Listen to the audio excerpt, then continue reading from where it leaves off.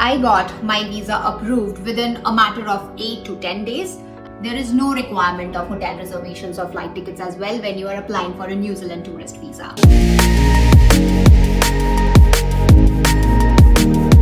Hello everyone, hope you are doing amazingly well. If you are new here, my name is Pardata and welcome to my channel.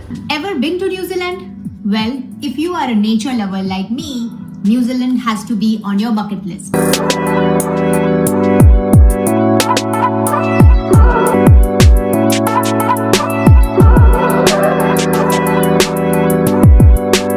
Recently, I visited New Zealand. I'm going to cover all the aspects starting from visa, immigration, to itinerary as well as expenses. So if you are planning a trip to New Zealand, stay tuned and watch up until the end of the video because I'm here to help you plan your trip better.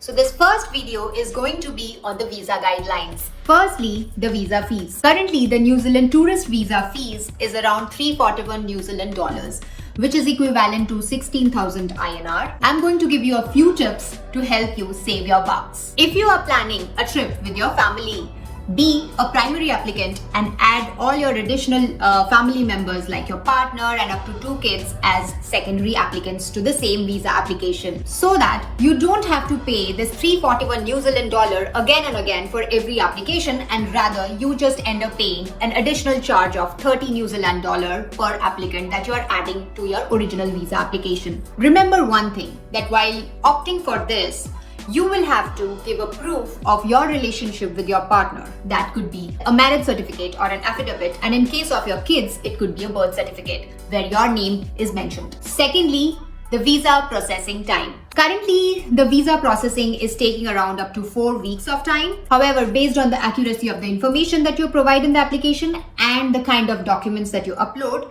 your visa time will vary. Like in my case, I got my visa approved within a matter of 8 to 10 days, and that includes weekend dates as well. So remember guys, the key here is to provide as much documentation as required to make your case better.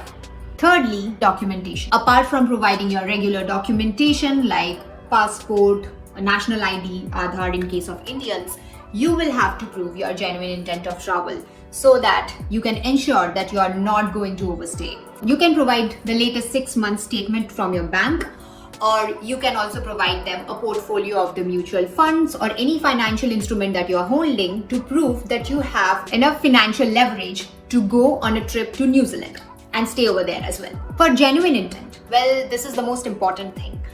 I would suggest that you can add proofs like your parents are staying back in India or whichever country you belong to, or your relatives are there, your friends are there, or you can also upload any document which showcases your property holding within the nation that you belong to. So for example, if you own a flat or a house or land as property, definitely you can upload those documents to prove that you are a genuine traveler. Remember, the most important thing is, let's say if you have a visa rejection case from any other country, like in my case, I had a US B1 B2 visa rejection in 2019 and I uploaded that document. So make sure that you do upload and mention your comments in the space provided in the application, because anyways the visa officer and the authorities, they are going to figure out whether you have gone through any kind of rejection or not. So ensure that you be as authentic as possible while filling your application. Well, if you're working, you can also provide an NOC from your employer because that mentions when you will be returning back to the country and joining the office. So it's a good document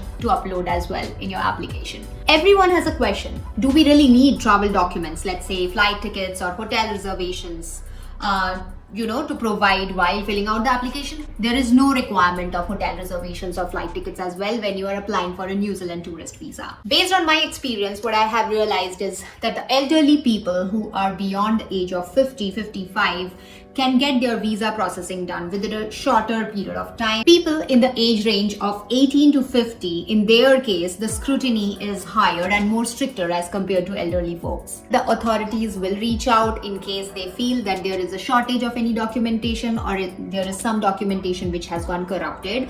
So they might reach out to you over email if they are facing any technical glitches. These are the main things I wanted to cover. You will be needing a Realme account, the Google Authenticator, because first time when you log in you will get a confirmation code and all that. I will create a video on that, so make sure you do check that out as well.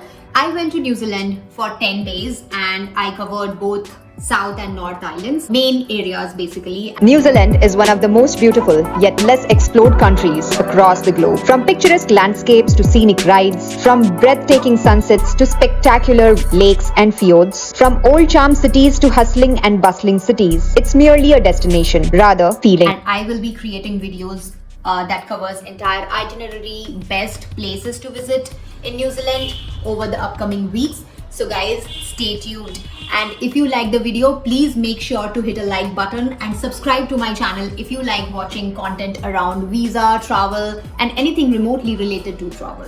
And guys, if you have any questions related to application form, please put a comment below. I would be happy to help you out. You can also DM me on my Instagram. I will be leaving a link in the description. So guys, make sure you check out and do reach out to me for further questions.